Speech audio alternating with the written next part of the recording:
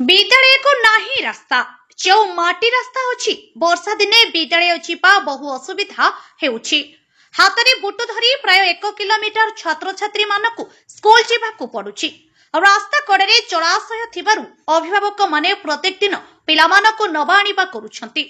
ए सरकार हमको ration card न देलो नाही, आवास योजना रे घर खंडे न देलो नाही, दुख कष्ट चली छिबो, किंतु आम पिला माने स्कूल जीवाकु पक्का रास्ताटीए करिदियो।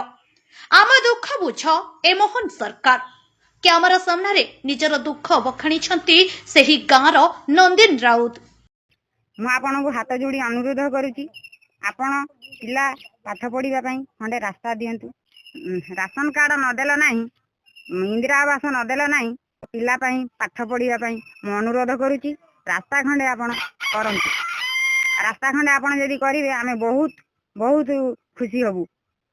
केन्द्रापड़ा जिला राजनगर ब्लॉक घड़ियामाल गाँव स्कूल पिलांको दुख कहिले न सरे। दीर्घ 5 वर्ष हेबो एही रास्तारे मुठाए माटी पकाई रास्ता होइथिबा बेले वर्षा हेले नाही नथिबार असुविधा भोगुछंती 15 परिवार और छात्र छात्री। वर्षा दिने एम्बुलेंस और अग्निशम गाड़ी न आसिबारु लोके बहुत असुविधार सम्मुखीन हेउछंती। एही कादुआ पानी रे चाष करिबारु एठाकर लोके रोग बेमार रे शिकार हेउछंती। वर्षा दिने दुख रे रहुथिबा लोके मोहन सरकार निकट रे गुहारी करी कहिछंती कंक्रीट रास्ता हेले आम दुख दूर हेबो। एबे देखिबाको बाकी रहिला न्यूज प्रसारणर परे प्रशासन केते तप्तर होई समस्यार समाधान करूची ना कुंभकर्ण निद्रा रे सोई रहुची।